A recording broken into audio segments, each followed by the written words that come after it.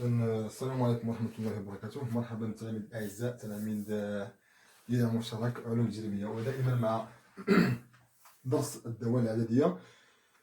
إذا هنا فقرة جديدة وربما هي من أهم الفقرات. إذا أنا تقريبا في أي فقرة أقول من أهم الفقرات، ولكن الفقرة التي تلي الفقرة السابقة تكون أهم، بحيث أن كل فقرة مرتبطة بفقرة سابقة. إذا تغيرات أو رتابة، عفوا هنايا، أو رتابة دالة variation أو monotonie d'une fonction. إذا عندنا جوج الحالات أو ثلاث حالات من التغيرات. إما قد تكون دالة تزايدية اللي هي الفقرة الأولى معنا، أو تناقصية، أو عفوا ثابتة. إذا نمشي مباشرة لهذا الشكل، نعتبر شكل هذا الشكل هذا. عندي هذا المنحنى غنسميه سي اف، لا كورب ديال فونكسيون اف، المنحنى ديال سي اف، منحنى عفوا الدالة اف. إذا هنا كنلاحظ عندي عددين ا و ب من واحد المجال اي، هذا المجال ضمن مجموعة التعريف ديال الدالة. إذا كنلاحظوا بأن هنا ا أصغر من ب، وكنلاحظوا الصور أن اف ل ا أصغر من اف ل ب. إذا التعريف لتكون اف دالة عددية مجموعة التعريف دي دو اف، و اي مجال ضمن دي دو اف. نقول أن اف دالة تزايدية على اي إذا تحقق ا أصغر من ب، فإن اف ل ا أصغر من أو يساوي ب. هنا السؤال المطروح بطبيعة الحقيقة لتبادر التلاميذ، وعايز أنها الأصغر قطعا هنا أو يساوي. قلنا بالنسبة للتعريف ديال الدالة أن كل عنصر إكس له صورة على الأكثر بالدالة اف. إذا هنا أكيد أن أ و ب خصهم يكونوا مختلفين، يعني خص أ تخالف ب. إذا إما هنا يعني عاوتاني يقدر يكون سؤال آخر، واش أ صغر من ب ولا ب صغر من أ؟ أنت هنا حر، أ و ب غير عددين، ممكن تاخذ أ صغر من ب ولا أكبر من ب ولا ب أكبر من أ، وهكذا أنت حر.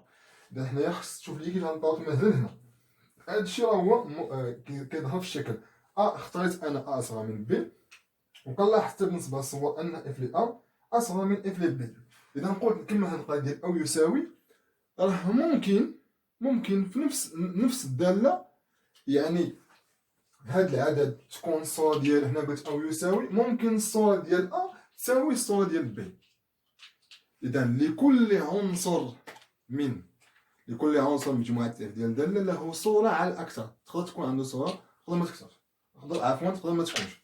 إذا رجع دابا للبيت القصير اللي هو الدالة التزايدية فقط. هذه هي الدالة التزايدية، هذا هو التعريف.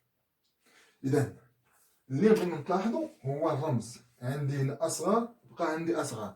نقول بأن، وردوا لي البال مزيان خصوصا في السنة المقبلة أو هاد السنة والبكالوريا، راه في الجزء الأول اللي كيتحط في الدوال في الوطني تيكون هذا هو الجواب.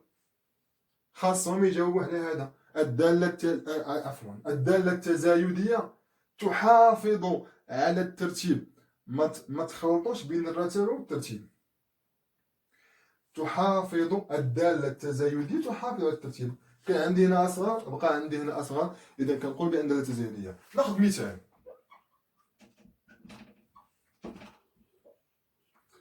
نعتبر واحد الدالة اف اكس تساوي اكس أس 2 مثلا، دالة حدودية، مجموعة التعريف ديالها هي ا. إذا السؤال اللي غيكون مطروح هو بين أن اف تزايدية على المجال صفر بلس لانفيني. نعم. إذا هنا كيفاش غادي نجاوب؟ هنا كنرجع كما قلت في الأول أو بي أنا حر. غادي نقول هنايا ليكون أ و بي عددين، يعني من المجال صفر بلس لانفيني. أيضا دابا هنا المجال خصنا نعرف نقرا المجالات مزيان، فهمنا؟ إذا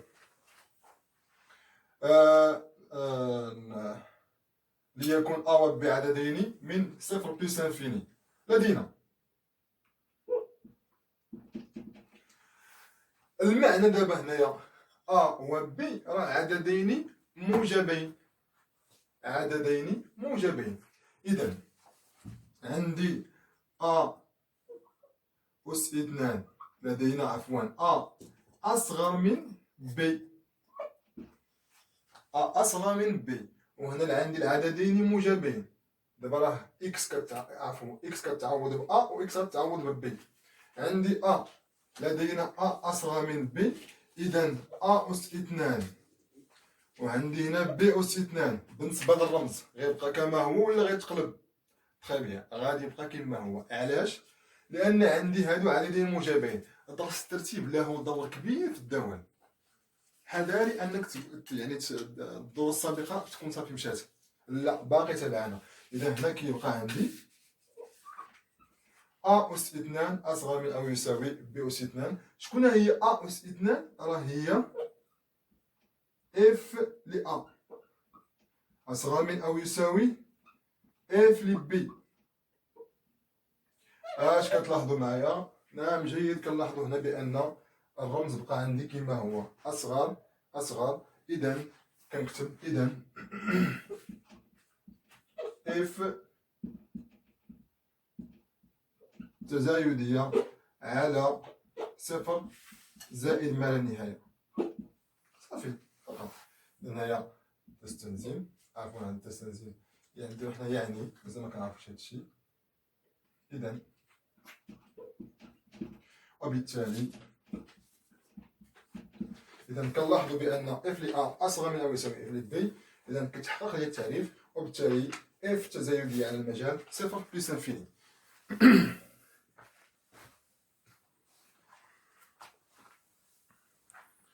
إذا إلا مشيت بقى عندي شطر آخر هو الدالة التناقصية. إذا بعجالة الدالة التناقصية فونكسيون ديكرواسونت. إذا التعريف غادي يبقى عندي نفس التعريف لتكون هنايا. هنا نقول أن اف تناقصية على إي إذا تحقق. هنا نعم يكون عندي الشكل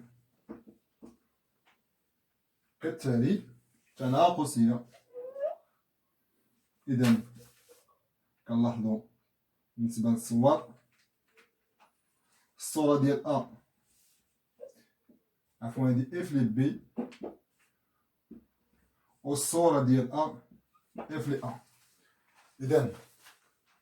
إذا تحقق لكل أ و بي من إي، كنلاحظوا إذا كانت أ أصغر من بي اش كيوقع بالنسبة للصور؟ الصور كيتقلبوا. إذا الرمز هنا كيتقلب، تيولي عندي أكبر أو يساوي. لهذا نقول أن الدالة التناقصية تعكس الترتيب، تعكس الترتيب. هنا عندي أصغر ولا عندي هنايا أكبر من أو يساوي. نعم. إذا هذا مثال نقولو سالينا منه.